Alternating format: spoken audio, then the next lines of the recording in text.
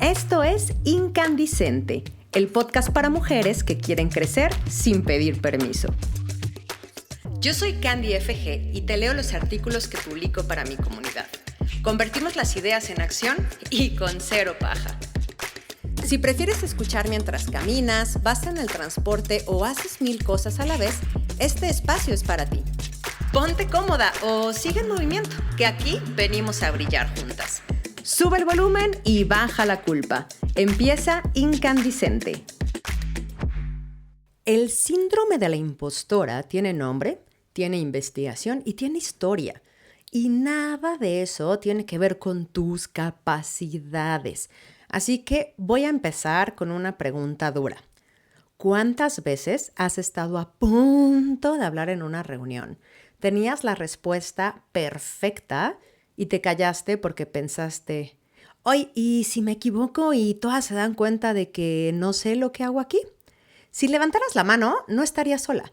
Estarías en compañía de prácticamente todas las mujeres que hemos entrado a un espacio técnico, científico o de ingeniería en algún momento de nuestra vida. Eso tiene nombre. Se llama síndrome de la impostora y lo más importante que vas a escuchar hoy es esto. No es un defecto tuyo. Es una respuesta aprendida a entrar en espacios que no fueron diseñados para nosotras.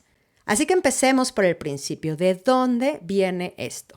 El año es 1978. Dos psicólogas de Georgia State University, Pauline Clance y Susan Imes, están trabajando con mujeres académicamente exitosas y se topan con algo desconcertante. Sus pacientes, a pesar de tener títulos, publicaciones y reconocimientos, se sienten como fraudes. Y Clance y Imes describieron el fenómeno como la incapacidad de una persona para reconocer sus propias capacidades y habilidades, observado inicialmente en mujeres con logros sobresalientes.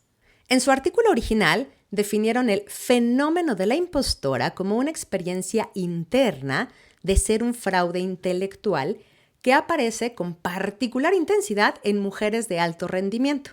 Identificaron que ciertas dinámicas familiares tempranas y la posterior internalización de los estereotipos de rol de género contribuyen de manera significativa a su desarrollo. Nota esta palabra, internalización. No naces sintiéndote impostora, lo aprendes, lo absorbes, lo construyes ladrillo a ladrillo cada vez que alguien te pregunta, ¿estás segura? Cuando un hombre no recibiría esa pregunta cada vez que eres la única mujer en la sala y sientes que representas a todo tu género, cada vez que te piden que demuestres lo que ya demostraste una y otra vez. El ciclo nos atrapa y aquí viene un poco cómo funciona. El síndrome de la impostora no es solo sentirte mal. Es un mecanismo psicológico con su propia lógica interna y Clance lo describió con 6 características centrales. La primera es el ciclo de la impostora. Tienes un proyecto o reto importante. La ansiedad sube. Entonces, o sobrepreparas hasta el agotamiento para que nadie descubra que no sabes, o procrastinas hasta el límite y luego entregas con un sprint frenético. El resultado sale bien, pero en lugar de pensar, lo logré porque soy buena, piensas, tuve suerte o, si supieran cuánto me costó. Y el ciclo se reinicia. La siguiente característica es la necesidad de ser la mejor, porque no es suficiente con ser buena. Hay que ser la más brillante, la más preparada, la que nunca tiene una duda, porque si tienes dudas, pues te van a descubrir, ¿no? La tercera característica es el modo superpoder. Intentas compensar el supuesto fraude siendo absolutamente indispensable. Dices sí a todo, te quedas hasta tarde, te ofreces para lo que nadie quiere y no es ambición, es miedo disfrazado de productividad. La cuarta característica es el terror al fracaso. No es el fracaso en sí lo que te aterra, es que el fracaso confirme lo que ya sospechas, que nunca tuviste lo que se necesita para estar aquí. La quinta característica es descontar los éxitos. Te felicitan por un proyecto y piensas, se les pasó lo malo. Tu jefa te da una promoción y piensas, necesitaban a alguien y yo estaba disponible. Ninguna evidencia externa sobrevive el filtro interno. Y la sexta y última característica es el miedo al éxito, porque si tienes éxito, pues las expectativas suben. Y si las expectativas suben, las posibilidades de que te descubran, pues también. ¿Te suena conocido alguno de estos puntos? Y estoy segura que sí, porque lo hemos vivido. Y la pregunta del millón es ¿por qué nos pasa más a nosotras en STEM? Pues aquí es en donde la conversación se pone interesante y donde más me importa que escuches con atención porque esto cambia muchas cosas. El síndrome de la impostora no afecta a todo el mundo por igual. En ciencia, tecnología, ingeniería y matemáticas existe un estereotipo prevalente que sugiere falsamente que las mujeres no tenemos las capacidades intelectuales naturales necesarias para tener éxito, lo que puede dificultarnos internalizar nuestros logros. La falta de representación en el campo también cumple un papel, recordándonos constantemente a los grupos subrepresentados cómo la sociedad percibe nuestras habilidades. Y los números son contundentes.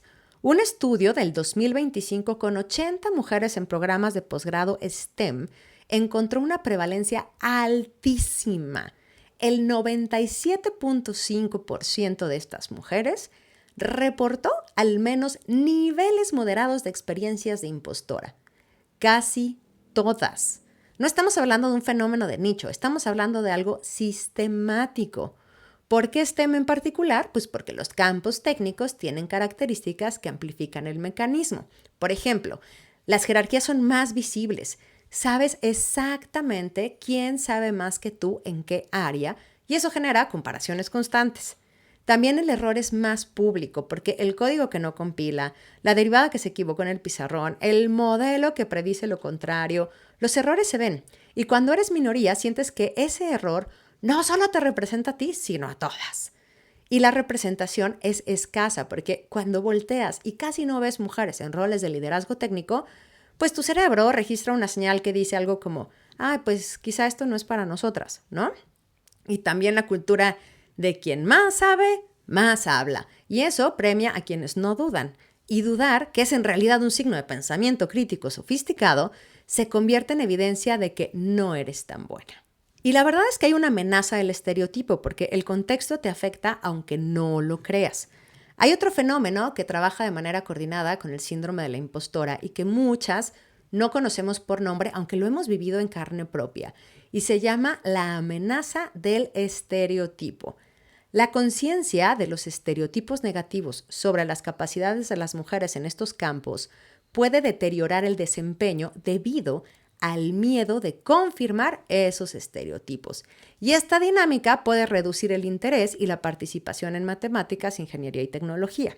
El experimento original de Spencer Steele y Quinn en 1999 lo demostró de manera impactante.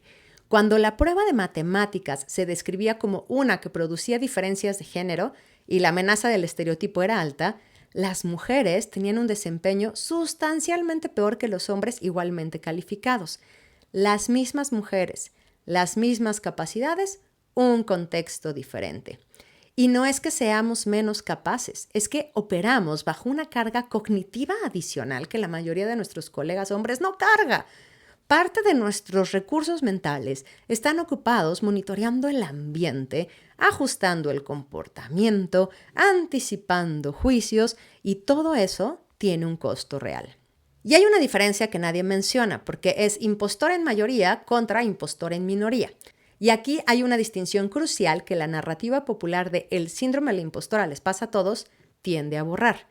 Sí, los hombres también pueden sentirse impostores, pero no es lo mismo. Las mujeres de color, las mujeres estudiantes de primera generación y las que provienen de regiones subrepresentadas enfrentan desafíos en capas. Las mujeres de fondos minoritarios encuentran frecuentemente la amenaza del estereotipo, donde el miedo a confirmar un estereotipo negativo impacta el desempeño. Esto puede intensificar los sentimientos de impostora y obviamente reducir la confianza aún más. Por ejemplo, las mujeres de color en departamentos predominantemente blancos pueden sentir que representan a toda su comunidad. Cualquier error, por menor que sea, se siente amplificado. Y cuando el síndrome de la impostora te afecta como parte de un grupo históricamente excluido del espacio en el que estás, el mecanismo tiene combustible externo constante. No es solo tu cabeza, es el ambiente que te lo confirma, a veces de manera sutil y a veces no tanto. Y eso no significa que estés condenada, significa que la solución no puede ser solo trabaja tu autoestima. El contexto también tiene que cambiar, pero mientras eso ocurre, pues nosotras podemos aprender a navegarlo sin que nos paralice. Y la verdad es que hay un efecto real en nuestras carreras, porque el síndrome de la impostora no es solo esta incomodidad emocional. Tiene consecuencias concretas y medibles en las decisiones de carrera que tomamos. La investigación de Shin demostró que el impostorismo predijo peor salud mental general, mayor burnout y mayor consideración de abandonar el programa entre las mujeres graduadas en STEM. Y más allá del abandono, no pedimos el aumento. No aplicamos al puesto porque creemos que necesitamos el 100% de los requisitos. No levantamos la mano para el proyecto visible. Esta autoduda no solo afecta la confianza, también puede frenar a las mujeres de buscar promociones, de negociar salarios o de asumir roles de liderazgo. La ironía cruel es que el síndrome de la impostora nos afecta más a las que más logramos. Dado que el impostorismo es experimentado por individuos de alto rendimiento, pues no se esperaba que predijera los logros académicos y de hecho no predijo las publicaciones ni tus calificaciones de posgrado. Las mujeres que se sienten impostoras siguen siendo objetivamente exitosas. El problema no es su desempeño, es lo que creen de su desempeño. Y bueno, a ver, quiero ser honesta, porque no existe un truco de 5 minutos que haga desaparecer décadas de condicionamiento cultural. Lo que sí existe son prácticas que con consistencia interrumpen el ciclo. Primero, nombra el mecanismo cuando aparece. El simple acto de decir, esto es el síndrome del impostor hablando, crea distancia entre tú y el pensamiento. No lo elimina, pero lo pone en perspectiva. En lugar de no ser lo suficiente para hablar, es, tengo un pensamiento de impostora sobre no saber suficiente. Pequeña diferencia, gran efecto, te lo prometo. La segunda, y ya lo habíamos visto, construye tu carpeta de evidencias. No esperes a que alguien te lo pida. Empieza hoy a documentar proyectos entregados, problemas resueltos, decisiones que tomaste y funcionaron, feedback positivo que recibiste. Cuando el ciclo del impostor active el ¡ay, tuve suerte!, pues tienes evidencia concreta que dice otra cosa. Tu cerebro cree los datos, prepáralos y dáselos. También distingue entre no saber y no saber todavía, porque las mujeres en STEM que más han avanzado no son las que lo saben todo, son las que desarrollan comodidad con la incertidumbre y confianza en su capacidad de aprender. No sé cómo funciona este modelo, no es evidencia de fraude, es una situación de aprendizaje. La diferencia lingüística importa. Y por supuesto, habla de ello con otras. Una de las razones por las que el síndrome de la impostora se mantiene vivo es porque lo vivimos en silencio. Cuando empezamos a hablarlo con colegas, con amigas, con nuestra red, descubrimos que no somos las únicas. Y hay algo que se rompe en el mecanismo cuando dejas de creer que eres la única que no sabe lo que hace. También tienes que ser estratégica con dónde pones tu atención. El síndrome de la impostora se alimenta de comparación hacia arriba. Siempre hay alguien que sabe más, de errores magnificados y de éxitos minimizados.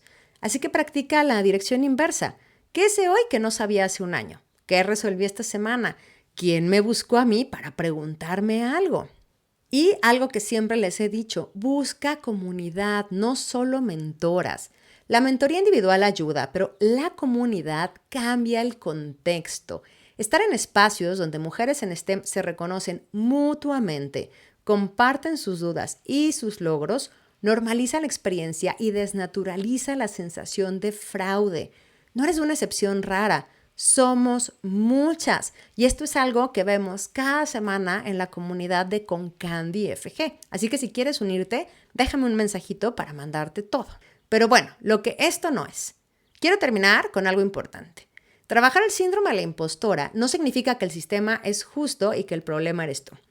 Las mujeres en STEM enfrentan una doble trampa. La combinación de trabajar casi exclusivamente con colegas hombres, porque somos una minoría numérica, y trabajar en el sector técnico, donde las mujeres somos estereotipadas negativamente. Y todo esto predijo los niveles más altos de amenaza a la identidad de género, afectando negativamente justo este engagement laboral y la confianza en la carrera. El contexto tiene que cambiar. Las organizaciones tienen que cambiar. Pero mientras eso ocurre, y está ocurriendo, aunque lento, nosotras no tenemos que esperar paralizadas. Podemos hacer las dos cosas a la vez. Trabajar en interrumpir el ciclo interno y nombrar cuando el ambiente contribuye al problema. No son mutuamente excluyentes.